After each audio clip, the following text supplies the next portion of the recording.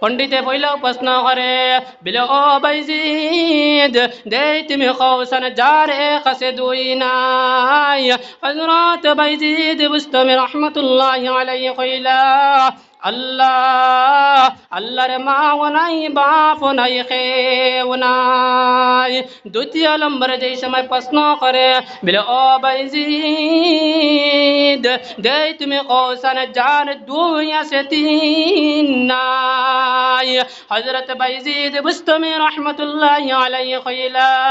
রাত আর দিনের আর কোনো তিন নাই। তিন নম্বরে প্রিয়া প্রশ্ন করে বলে ও বাইজিদ দেই তুমি কৌসান যার তিন আছে সাইর নাই হযরত বাইজিদ বুস্তামি রহমাতুল্লাহি আলাইহি কইলা লাহ কলম কুরসি এর আর কোনো দিন সাইর হইতো না। চার নম্বরে প্রিয়া প্রশ্ন করে বলে ও বাইজিদ দেই তুমি কৌসান যার সাইর আছে পাস নাই হযরত বাইজিদ বুস্তামি রহমাতুল্লাহি আলাইহি কইলা আল্লাহ তাআলা সরখান বড় বড় কিতাব নির্দিষ্ট করেছেন তৌরাত জবুর ইনজিল কুরআন এর আর কোন বড় বড় ফাসখান কিতাব হইতো না। ও বাইজিদ দেই তুমি কৌসান বিলে যার ছয় আছে সাত নাই হযরত বাইজিদ বুস্তামি রহমাতুল্লাহি আলাইহি কইলা বিলে আল্লাহ তাআলা 6 দিন করে মধ্যে শত আসমান এবং শত জমিন 6 দিন করে মধ্যে নির্দিষ্ট করেছেন এর আর কোন দিন 7 দিন লাগছে না। 7 নম্বরে প্রিয় প্রশ্ন করে বলে ও বাইজিদ দেই তুমি কৌসান যার সাত আছে 8 নাই হযরত বাইজিদ বুস্তামি রহমাতুল্লাহি আলাইহি কইলা আল্লাহ তাআলা শত আসমান সৃষ্টি করেছেন এবং চন্দ্ররে আলোকরিত হইছেন এবং সূর্যের দিয়া প্রদীপ জ্বালাইছেন। বলে ও বাইজিদ দেই তুমি কৌসান যার 8 আছে 9 নাই হযরত বাইজিদ বুস্তামি রহমাতুল্লাহি আলাইহি কইলা আল্লাহর আসমান 60 জন ফেরেশতা তারার মাথার মধ্যে রইছেন আর কিয়ামতের আগ পর্যন্ত তারার মাথার মধ্যে থাকবো। বলে ও বাইজিদ দেই তুমি কৌসান যার 9 আছে 10 নাই হযরত বাইজিদ বুস্তামি রহমাতুল্লাহি আলাইহি কইলা হযরত সালেহ আলাইহিস সালামের দুশমন ছিল 9 জন এর আর কোন দিন 10 জন হইতা না। বলে ও বাইজিদ দেই তুমি কৌসান যার 10 আছে 11 নাই হযরত বাইজিদ বুস্তামি রহমাতুল্লাহি আলাইহি কইলা বলে হজ করাতে গিয়া যেদিন কোন মানুষের ভুল টুরান্টি হয়ে যায় বাড়ির মধ্যে 10টা রোজা রাখিলাইতো। 11 নম্বরে প্রিয়া হয় বলে ও বাইজিদ দেই তুমি কৌসান যার 11 আছে 12 নাই বলে হযরত ইয়াকুব আলাইহিস সালামের বয়ান ছিল 11 জনের আর কোন দিন 12 জন হইতা না। 12 নম্বরে প্রিয় প্রশ্ন করে বলে ও বাইজিদ দেই তুমি কৌসান যার 12 আছে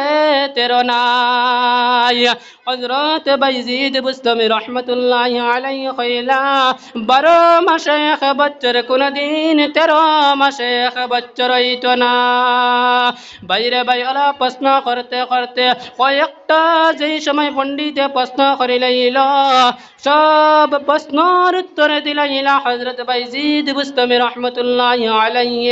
সব প্রশ্নের উত্তর দেওয়ার পরে হযরত বাইজিদ বুস্তামি রহমাতুল্লাহি আলাইহি জিজ্ঞাসা করলা বলে ও পণ্ডিত তুমি তো আমার কয়েকটা প্রশ্ন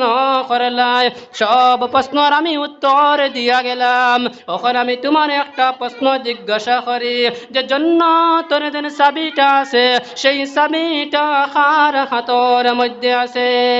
পণ্ডিত এই সময় প্রশ্ন হওয়ার পরে পণ্ডিতে আর হানা কুন্তা কইতে পারে না কোনো প্রশ্নের উত্তর দিতে পারে না। বাদে বাইজিদ বুস্তামি রহমাতুল্লাহি আলাইহি কইলা বলে ও পণ্ডিত তুমি জানিয়া রাখো জান্নাতের যে চাবিটা আছে সেই চাবিটা বিশ্বনবী মুহাম্মদুর রাসূলুল্লাহ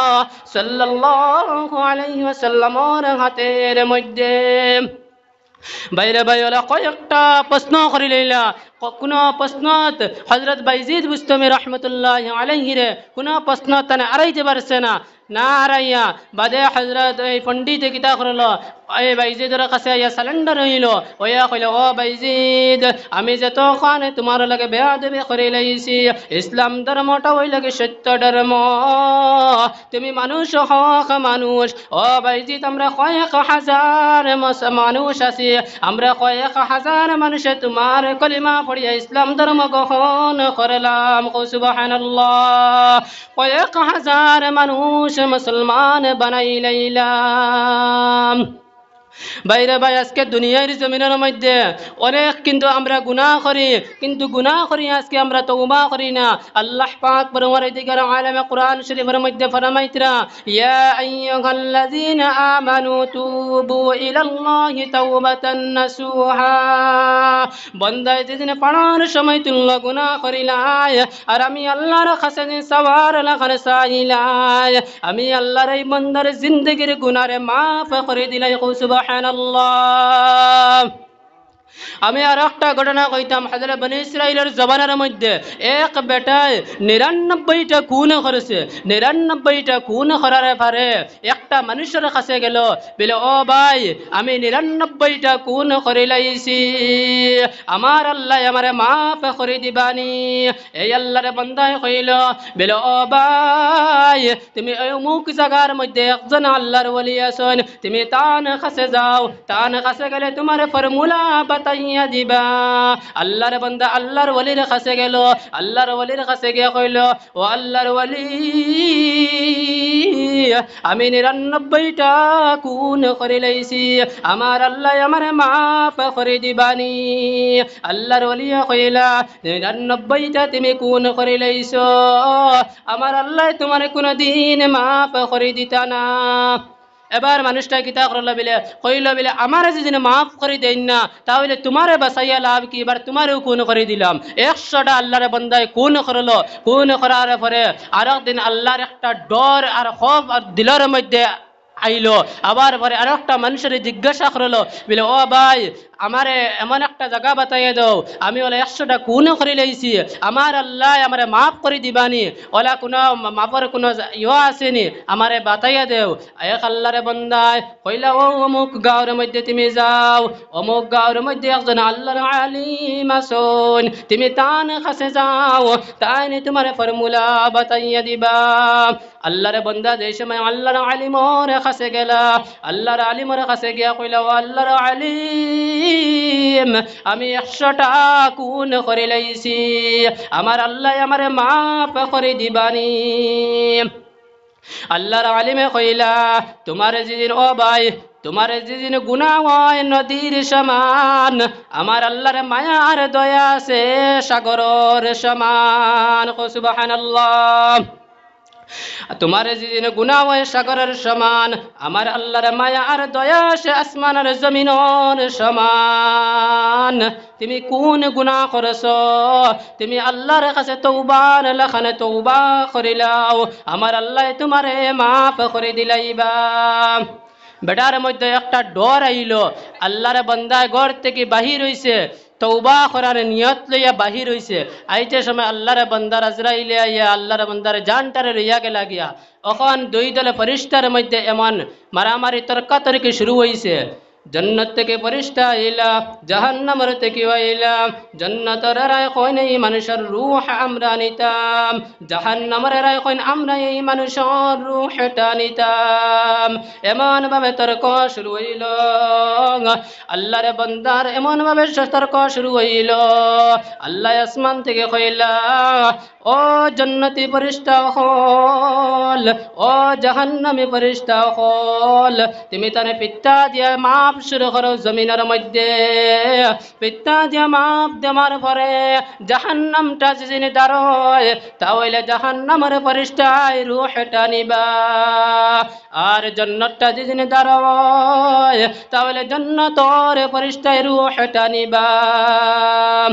এমন ভাবে মাপ শুরু হইল আল্লাহ জমিন দে আদেশ করলা বলে ও জমিন জাহান্নামটা এই বন্দার লাগি অনেক দূরে চলে যা আর জান্নাতটা এই বন্দার নিকটবর্তী আই যা লগে লগে জাহান্নাম দেখা যায় ফিত্তা দিয়া মাপ দিয়া জাহান্নামটা অনেক অনেক দূরে কিন্তু জান্নাতটা দেখা যায় মানুষটার একদম নজদিক নিকটবর্তী একদম দাঁড়ো হয়ে গেছে ও সুবহানাল্লাহ